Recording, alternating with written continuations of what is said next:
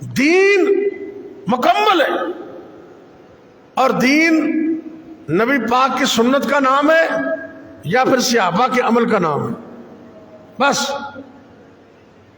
اللہ رب العزت نے دین دی تکمیل دا اعلان کر دیتا ہے۔ سورہ المائدہ کے اندر اللہ رب العزت فرما رہے ہیں، آیت نمبر 3،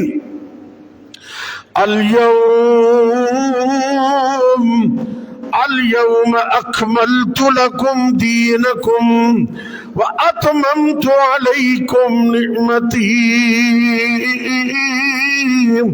ورضیت لکم الاسلام دینا۔